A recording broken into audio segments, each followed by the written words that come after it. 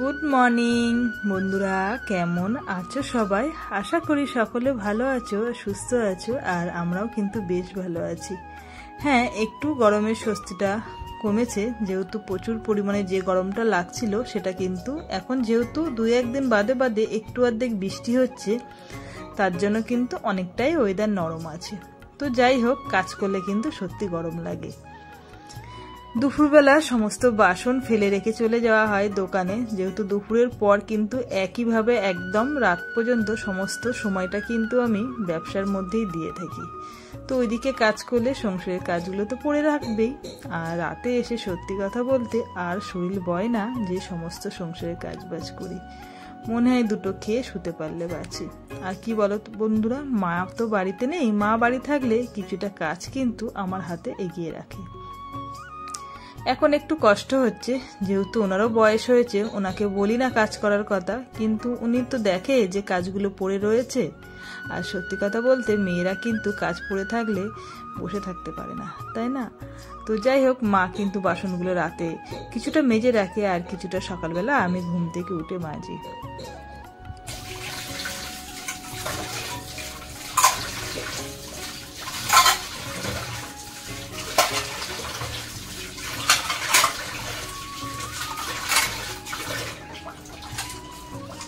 মাজা ঘষা কাজগুলো যদি রাতে সেরে রাখা যায় তাহলে সকালবেলা উঠে কিন্তু আর দৌড়দৌড়ি করতে লাগে না, কিন্তু সেটা বুঝি, কিন্তু হয়ে ওঠে না। যাই হোক, সমস্ত বাসন আমার মাজা কমপ্লিট। আর ওদিকে রান্নাঘরেও তো সকালবেলা গিয়ে বেশ খানিকটা কিছুটা কাজ সেরে এসেছি, আবার যাব। আর যেহেতু মা বাড়িতে নেই, বাবার জন্য চা বানাতে হচ্ছে, তো ভাবলাম বাবাকে একটু চা বানিয়ে দিই আর তার মাঝে একটু কিছু খেয়ে নিই। কি বলতো, সকালবেলা তেমনভাবে আমাদের কিন্তু সত্যি কিছু খাওয়া হয় না।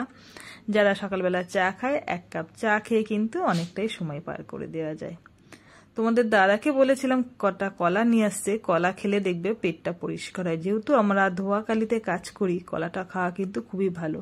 কি বলতো, কলাটা খেলে না অনেকটা কিন্তু পেটটাও ভরা থাকে। পরি এবার কলা খেতে চায় না, আমি কলা খেতে ভালোবাসি, তোমাদের দাদাও খেতে ভালোবাসে। তো যাই হোক, বাবার চাটা বসিয়ে দিলাম, ভাবলাম আমি একটা কলা খেয়ে নিই, আর তোমাদের দাদা বাজার থেকে বাড়ি আসলে তারপরে কিন্তু সবাই মিলে একসাথে খাই। তো আমাদের সকালের খাওয়াটা প্রায় দুপুর হয়ে যায়, 11:30-12টা বেজে যায়। তোমাদের দাদা সকালবেলা 1 গ্লাস জল আর 2টো বিস্কুট খেয়ে বাজারে চলে যায়, আর আমিও সেটা করি। তো যাই হোক, কলাটা খাচ্ছি। পরে আমি যখন ভিডিওটা এডিট করছি আমার দেখে ভীষণ হাসি লাগছে, কেননা কলাটা সত্যি। যাই হোক, তোমাদের সঙ্গে গল্প করতে করতে আর আমার এদিকে কলা খেতে খেতে চাটা কিন্তু পুরো কমপ্লিট। আর বাবার জন্য কিন্তু লিকার চাই করে দিচ্ছি। বাবা দুধ চা খায় না, তোমাদের আগের দিনকে বলেছিলাম। তো যাই হোক, শীতকাল পড়লে কিন্তু একটু চা খেতে খুব নেশা লাগে। এখন যেহেতু গরমকাল, বাবাকেই দেব।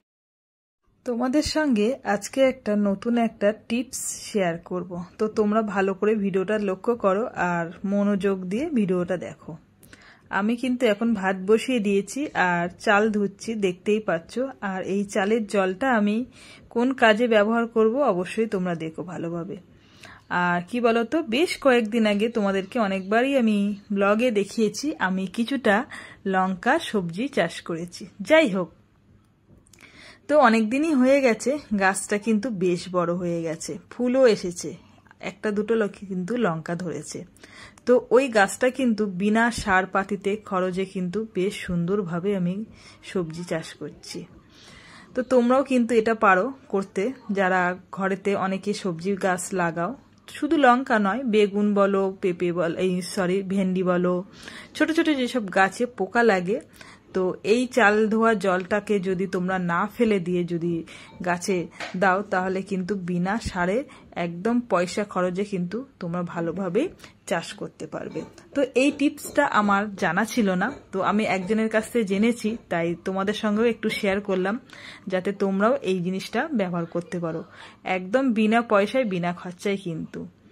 তো যাই হোক, আমার ওদিকে মোটামুটি কমপ্লিট হয়ে গেছে, তোমাদের সঙ্গে শেয়ার করলাম। গাছগুলো আমি আরেকদিন তোমাদের ব্লগে দেখিয়ে দেবো।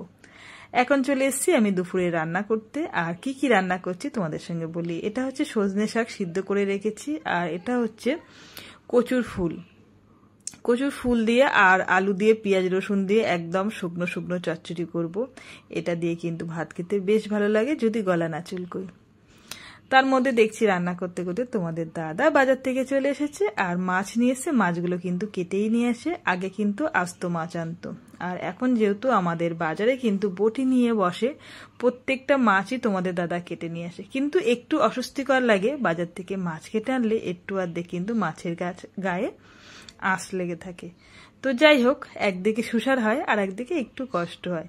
তো মাছের পিসগুলোও কিন্তু সুন্দর করে কেটে নিয়ে আসে, আর এই কাজটা কিন্তু একটা কাজটা এগিয়ে রেখে দেয় তোমাদের দাদা, এই যে মাছগুলো কেটে নিয়ে আসে। যাই হোক, রান্নাঘরে ঢুকে পড়েছি যেকালে, ভাবছি একেবারে সকালের রান্না, মানে এখন যেহেতু সকাল, দুপুরে হয়নি, আমি দুপুরে রান্না বসিয়ে দিয়েছি। সকালবেলা একদম দুপুরে রান্না বান্না সেরে একেবারে বেরোবো। আর তোমাদের দাদাও বাজার থেকে বাড়ি এসে ওর কাজে ব্যস্ত থাকে। যেহেতু তোমরা তো জানো আমাদের একটা ছোট চপের দোকান আছে, তো সেই চপের দোকানে অনেকটাই কাজ করতে লাগে, তরকারিগুলো করতে লাগে, পেঁয়াজ রসুন আদা সবাই মিলেই আমরা কাজ করি। বেশ কিছুটা কাজ আমি করি, বাবা করে, ও দোকান থেকে বাড়ি বাজার থেকে বাড়ি এসে ও কিছুটা কাজ করে। তো ভাবছি সমস্ত কাজ, ওর কাজ ও সেরে নিই আর আমার কাজ আমি সেরে নিয়ে একসঙ্গে সকালবেলা খাওয়া দাওয়া করব। আর তার মধ্যে পড়ি গেছে স্কুলে, আসলে একসঙ্গে খাবো। আর কালকে যেহেতু রাতে অনেকটা ভাত ছিল, ভাবলাম আজকে পান্তাই খাবো। পান্তা কিন্তু খেতে বেশ ভালো লাগে, আর বিশেষ করে চপ যদি থাকে সাথে। এটা হচ্ছে চিকেন চপ, আর তার সঙ্গে দুটো মাছ ভাজা করে নিয়েছি, আর ওদিকে আলু ভাতে মেখে নিয়েছি। আর একটা জিনিস খেয়াল করেছো তোমরা, পরি কোণে ভাত খেতে বসেছে, ওর দাদা এসে কিন্তু ওর সঙ্গে একটু খিস্টুমি করছে। যাই হোক, চলো। সমস্ত কাজবাজ আমার কমপ্লিট, পড়ি গেছে ওপরে পুজো দিতে ঠাকুরকে, আর আমি এদিকে নিচেই সমস্ত কাজ সেরে চলে আসলাম তুলসী গাছে জল দিতে। আর প্রত্যেক দিন কিন্তু তুলসী গাছে জল দেওয়া ভালো, স্নান সেরে। তো সকালবেলা যেটা আমাদের হয় না, সকালবেলা স্নান করে তুলসী গাছে জল দিয়ে সূর্য প্রণাম করা, সেটা আমাদের হয় অ্যাকচুয়ালি দুপুরবেলা। যেহেতু দেরি করে সমস্ত কাজবাজ সেরে আমরা স্নান করি, তো সেটাই আমাদের দেরি করে হলেও সারাদিনের মধ্যে একবার করলে বেশ ভালো হয়। আমরা সারাদিন তো সংসার নিয়ে ব্যস্ত, ঠাকুর বোঝা সত্যিই আমাদের সময় হয় না। তো যতটুকু পারি চেষ্টা করি সময়, যেহেতু সংসারের মধ্যে ব্যস্ত থাকি, ব্যবসার কাজের মধ্যে ব্যস্ত থাকি, যতটুকু পারি চেষ্টা করি। দোকান থেকে বাড়ি চলে এসেছি এখন, আর দেখেই বুঝতে পারছো শরীর প্রচুর পরিমাণে ক্লান্তি, যেহেতু অনেকটাই কষ্ট হয়ে যায় দোকান থেকে বাড়ি আসলে, আর ভালো লাগে না। পরি এদিকে ফোন নিয়ে ব্যস্ত, আর তোমাদের দাদা কিন্তু এদিকে টিভি নিয়ে ব্যস্ত, আর আমি তোমাদের সঙ্গে কথা বলার জন্য ব্যস্ত। যাই হোক, মা বাড়িতে ছিল না, দেখছি দোকান থেকে বাড়ি এসে মা বাড়িতে চলে এসছে। আর মা একটা অনুষ্ঠান বাড়িতে গেছিল, তো সেখান থেকে বেশ কিছুটা খাবার দাবার নিয়ে এসছে। তো কি কি নিয়ে এসছে তোমাদের সঙ্গে শেয়ার করছি, একটু দেখো। আর আজকে কিন্তু ভিডিওটা আমি এখানেই বন্ধুরা শেষ করছি। যদি আমার সারাদিনের ভিডিওটা তোমাদের ভালো লাগে থাকে, অবশ্যই আমার পাশে থেকো, আর নতুন বন্ধু যদি কেউ হয়ে থাকো অবশ্যই চ্যানেলটিকে সাবস্ক্রাইব করো। তো আজকের মতন সবাইকে গুড নাইট, টাটা। আর আজকের মেনুটা কিন্তু সত্যিই আমাদের রাতে জমে যাবে, বেশ অনেকটাই কিন্তু খাবার দাবার নিয়ে এসে। কি কি নিয়ে এসে তোমাদের সঙ্গে তো শেয়ার করলাম। তো চলো, সবাইকে গুড নাইট।